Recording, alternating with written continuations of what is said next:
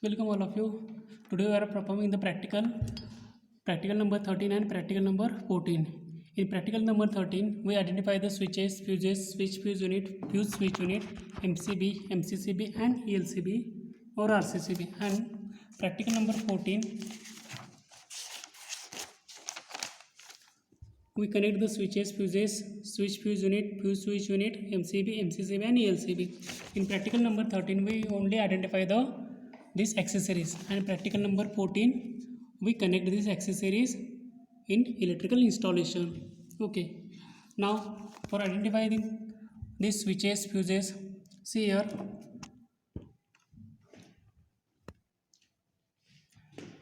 this is our energy meter which measure the energy of the electrical appliances. जो हमारे घर में electrical installation रहता है उसमें जो इक्विपमेंट हम कनेक्ट करते हैं, that means mixer, lamp, tube, pump, motor etcetera, ये जो इक्विपमेंट हम कनेक्ट करते हैं उसकी जो पावर है, एनर्जी है, सॉरी, ये मीटर क्या करता है, एनर्जी मेजर करता है. The rating of this meter in KWH, that means kilowatt hour. जो एनर्जी बिल आता है हमें वो किलोवाट आवर्स में रहता है. किलोवाट आवर्स मतलब 1 किलोवाट आवर्स मतलब 1 यूनिट. ओके, जब हमारी इलेक्ट्रिसिटी हम जब 1 किलोवाट इलेक्ट्रिसिटी 1 आवर में कंज्यूम करते हैं तो हम 1 यूनिट एनर्जी कंज्यूम करते हैं. That means 1 kilowatt hour energy consume करते हैं. Energy is equal to power into time. So that when we consume the 1 kilowatt power in 1 hour, then we consume 1 unit power. Okay, this energy meter is known as the KWH meter also. Okay, this is our energy meter. After that energy meter, this is the main switch. Okay, this type of main switch used for the low capacity up to the 16 ampere capacity. Okay, this is internal construction of main switch. Another type of main switch we generally use this type of main switch in which there are two fuses. One fuse for this is fuse base and this is fuse top and this is fuse base. Okay, this fuse inserted in this jaw. हम क्या करते हैं, इस fuse को यहाँ पे insert करते हैं और हमारा स्विच रहता है. ओके, ये क्या है, स्विच फ्यूज़ यूनिट है जो हमने पहले भी देखा है. वो क्या होता है, स्विच फ्यूज़ यूनिट. ये स्विच रहता है, ये क्या करता है, हमने पावर सप्लाई इधर दिया है इस कनेक्शन को. Here phase and here is neutral and when we connect or on this switch then supply is going towards this terminal and this terminal and this terminal are connected to each other. And when we this fuse inserted in this fuse base, then current is passes through this fuse link. You easily seen this fuse link. Okay, current is passes through this fuse link and going towards the load. Okay, this is arrangement of switch fuse unit in which phase and neutrals are separated by this switch.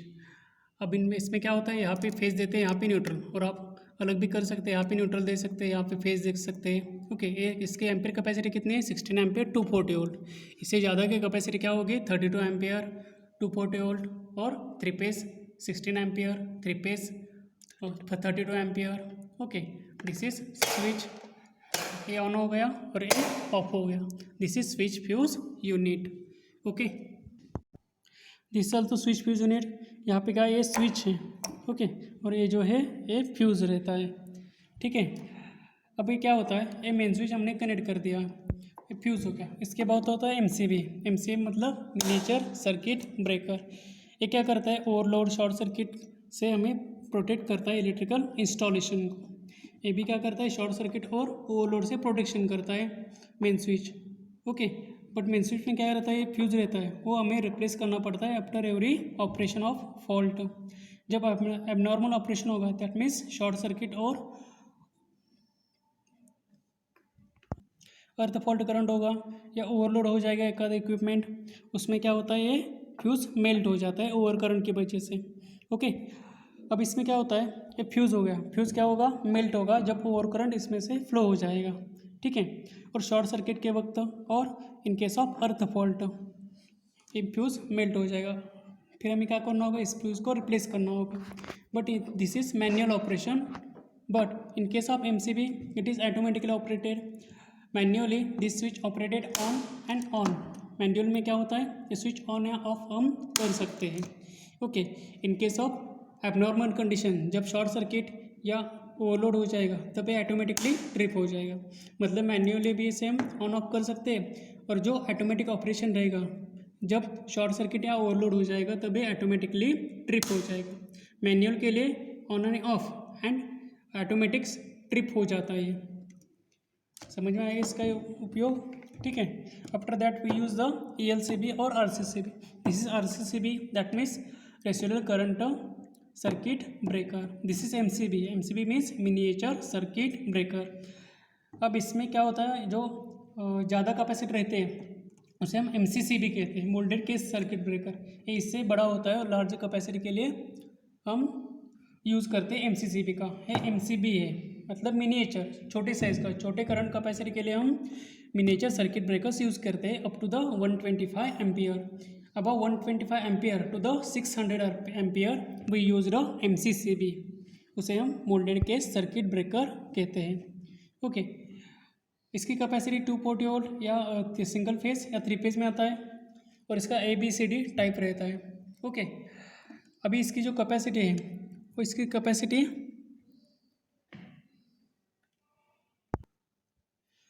कितनी है, B16 लिखा है. मतलब क्या होता है, इसका 16 ampere का ये MCB है. और अलग टाइप का देखते हैं हम. ये देखो, ये दूसरे टाइप का, इस पर क्या रहता है, C6 लिखा है. C6 मतलब क्या होता है, ये 6 एम्पियर का MCB रहेगा. ठीक है. Okay. Okay. We are seen. अभी हमने क्या देखा है, MCB देखा है. MCB के बाद RCCB. RCCB का यूज़ क्या होता है, और ELCB का. ये RCCB कहेंगे हम इसे. RCCB मतलब रेसिडुअल करंट सर्किट ब्रेकर. ये हमें शॉर्ट अर्थ फॉल्ट से प्रोटेक्ट करता है. मतलब अगर किसी इक्विपमेंट में करंट आ जाएगा, ओके, जब एक आधा इक्विपमेंट का सपोज एक इलेक्ट्रिकल मोटर है, इलेक्ट्रिकल मोटर का अगर इंसुलेशन ख़राब हो जाएगा तो उसके बॉडी में करंट आ जाता है, और जब उस मोटर की बॉडी को हम टच करते हैं तब क्या होता है, हमें शॉक लगने की पॉसिबिलिटी होती है. तो ये क्या करता है, हमें इलेक्ट्रिकल शॉक से प्रोटेक्ट करता है ये device. So it is most essential device in electrical circuit.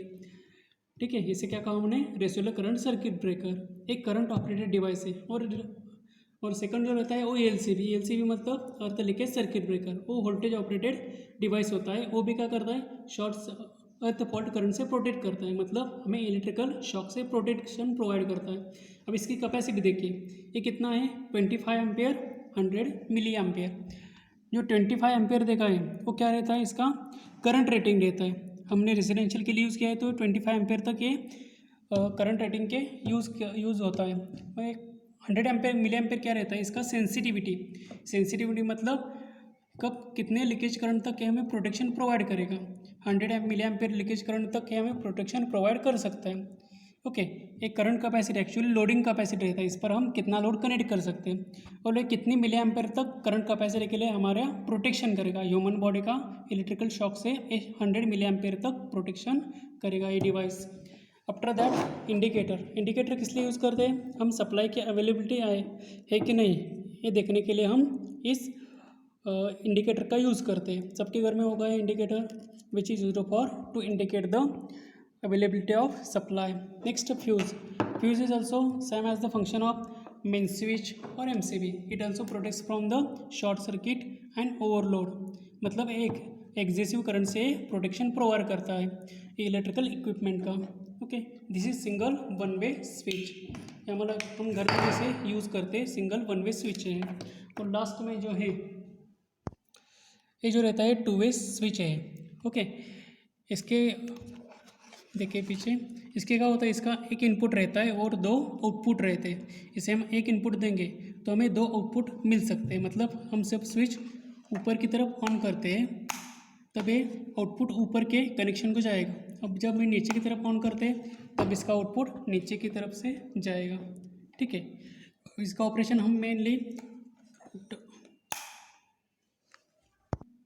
इसका यूज़ हम स्टेयरकेस वायरिंग के लिए करते हैं. मतलब स्टेयरकेस वायरिंग, स्टेयर मतलब जो हमारे घर में जो घर में जो सीढ़ियाँ रहते हैं, मतलब हम ग्राउंड फ्लोर पे और सेकंड और फर्स्ट फ्लोर पे हमने जाना है तो हम सीढ़ियों से जाते हैं। और सीढ़ियों से जाने के लिए क्या करते हैं, पहले हमें स्विच ऑन करना है या ऑफ़ करना है। और इस स्विच से भी हम एक स्विच रहता है वो नीचे की तरफ रहता है, मतलब ग्राउंड फ्लोर पे, और एक स्विच रहता है तो वो रहता है फर्स्ट फ्लोर पे। हम ये दोनों स्विच से क्या करते हैं, इसका ऑपरेशन कर सकते हैं, मतलब इस लैम्प को ऑपरेट कर सकते हैं इस स्विच से भी और इस स्विच से भी।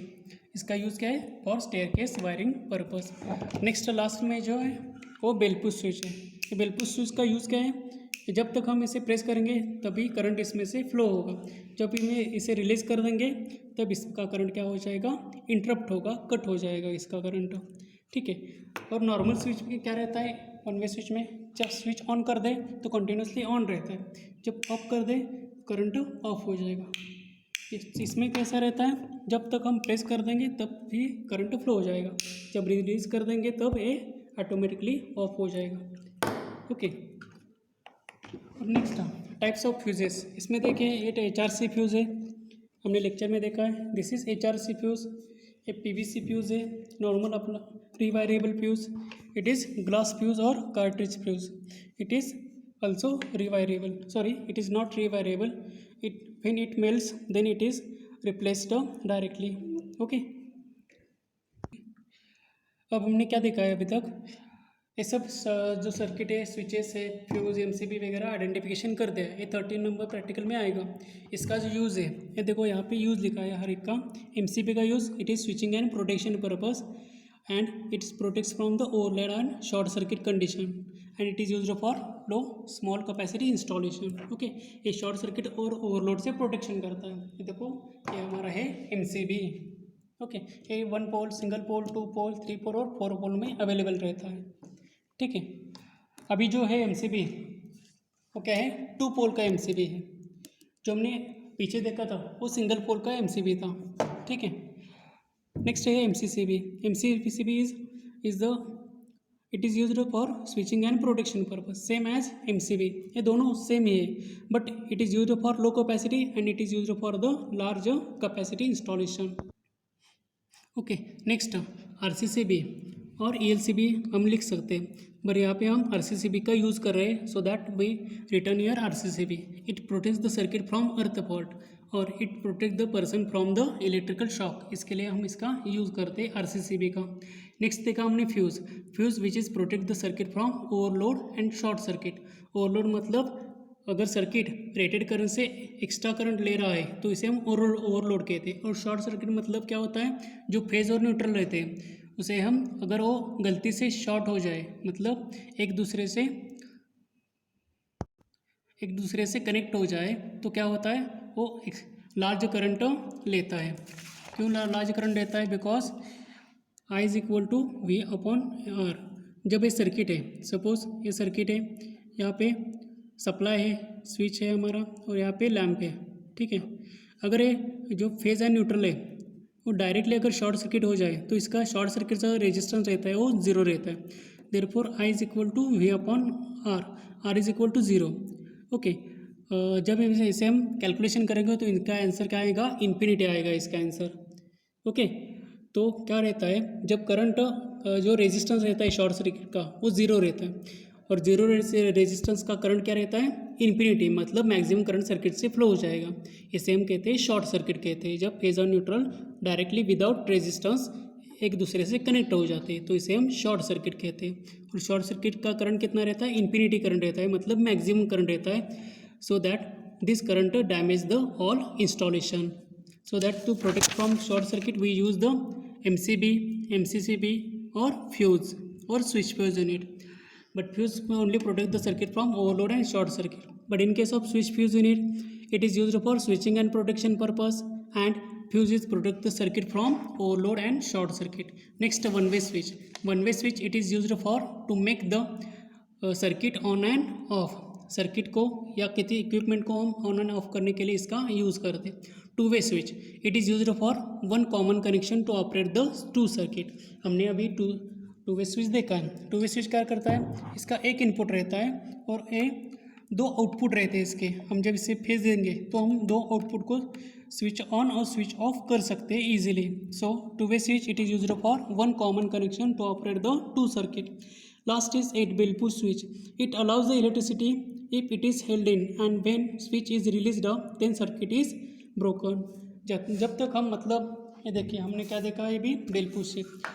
जब तक हम इसे होल्ड करके रखेंगे तभी ये करंट पास करेगा. जब हम इसे रिलीज कर देंगे तब ये करंट ब्रेक कर देगा. Okay that means open circuit कर देगा और करंट को पास नहीं होने देगा. जब तक हम स्विच ऑन करते हैं तभी ये करंट पास होने देगा, otherwise it is interrupted. Okay, now the 30 number practical is completed. You have done this applications of this all this equipment in practical number 13 at this table observation and calculation. यहाँ पे आपको क्या करना है, ये सब ऑब्जर्वेशन से जो हमने अभी देखे ये सब यहाँ पे लिखना है. आपके नोटबुक में आपको ये सब लिखना है. ठीक है. और 14 नंबर प्रैक्टिकल में भी यही सेम ऑब्जर्वेशन टेबल में यहाँ पे आपको सेम वही रिपीट करना है. ठीक है. अब हम क्या करेंगे 14 number practical in which we connect the all this accessories. Okay 30 number में आइडेंटिफिकेशन करना है और 14 नंबर में और ऑल इक्विपमेंट को हमें एक्सेसरीज को कनेक्ट करना है. So first we connect the switch. अभी स्विच का सर्किट डायग्राम ये है. ठीक है. स्विच को क्या रहता है, सपोज ये AC सप्लाई है. AC सप्लाई क्या करते हैं, हम जो फेज वायर देते हैं वो फेज वायर क्या रहता है, स्विच को कनेक्ट करते हैं. हमेशा याद रखिए जो फेज वायर रहता है और लाइन वायर रहता है वो हमेशा स्विच को कनेक्ट करते हैं, और न्यूट्रल वायर जो रहता है वो हम लैंप को और इक्विपमेंट को कनेक्ट करते हैं. ठीक है. और स्विच के बाद हम लैंप को सप्लाई देते हैं, मतलब सप्लाई और लैंप के बीच में हम स्विच सीरीज में कनेक्ट करते हैं. देखिए सर्किट, ये फेज आया इधर से स्विच में, switch through lamp, lamp through neutral, मतलब एक सीरीज सर्किट तैयार हो जाता है. इसमें हम क्या करते हैं, बल्ब के सीरीज में एक स्विच इंसर्ट करते हैं. यहाँ पे कौन सा भी इक्विपमेंट होगा, बल्ब, मिक्सर और पंप, मोटर, जो भी होगा इक्विपमेंट वो इसे हम यहाँ पे कनेक्ट करते हैं स्विच के सीरीज में. इसे हमें इजीली हम करंट यहाँ पे इंटरप्ट कर सकते हैं. ओके देखिए स्विच मैंने यहाँ पे कनेक्ट कर दिया. ये जो फेज वायर है फ्यूज़ के थ्रू आई है, ये फेज वायर को मैंने यहाँ पे कनेक्ट कर दिया स्विच के एक टर्मिनल को.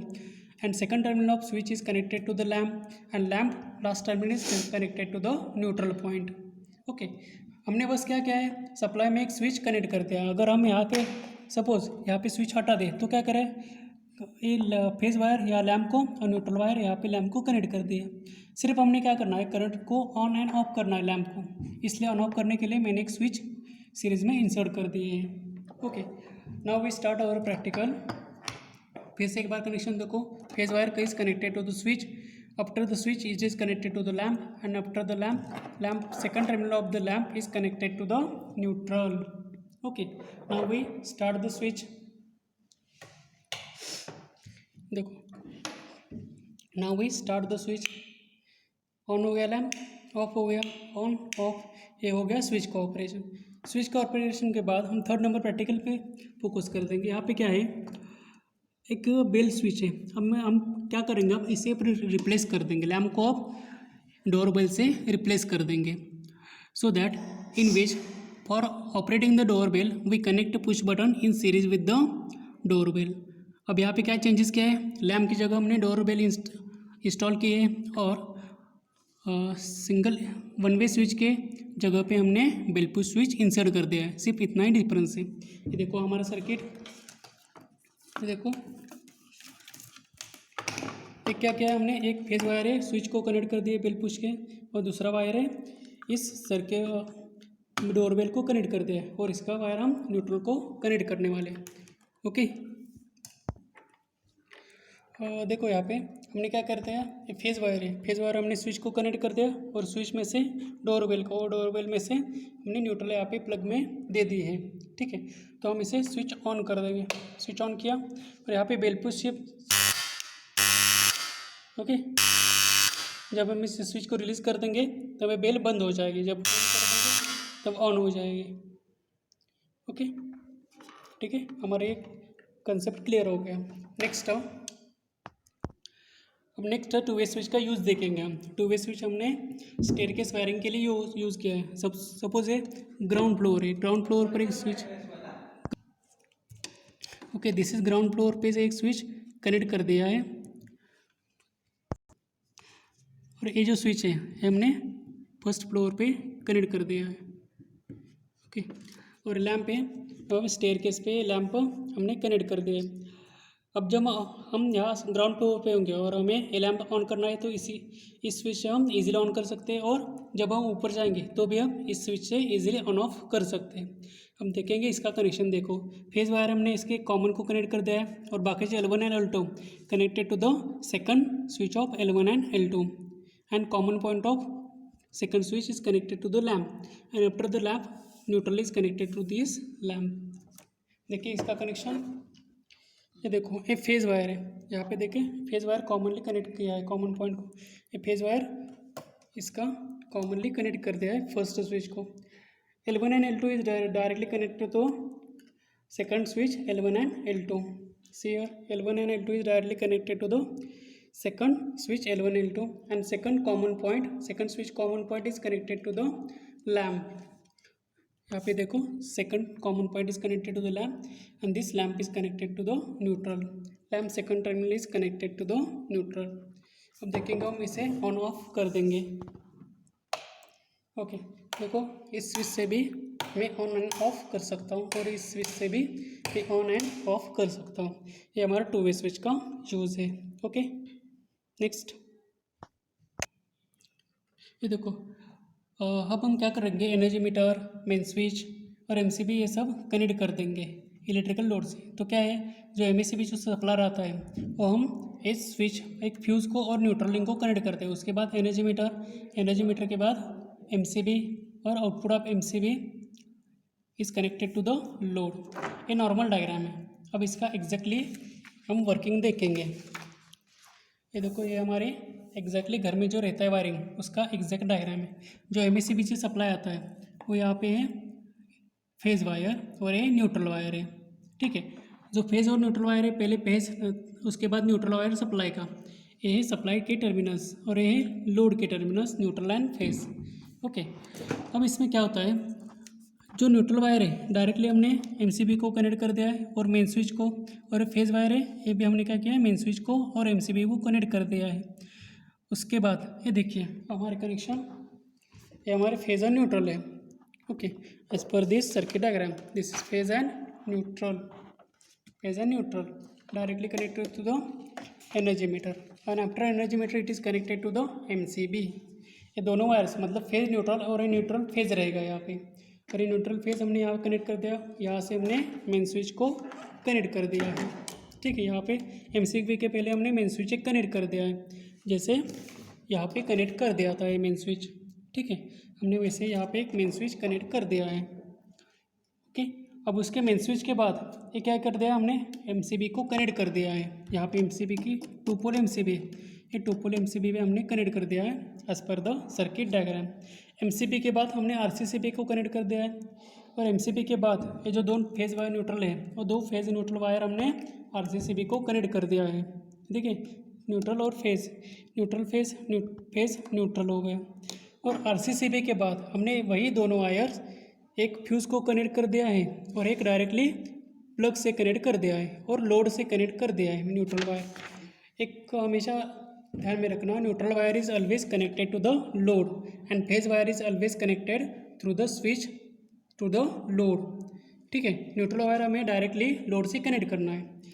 देखिए यहाँ पे पहले फेज वायर देखेंगे। फेज वायर हमने क्या किया है, स्विच फ्यूज़ को कनेक्ट कर दिया है।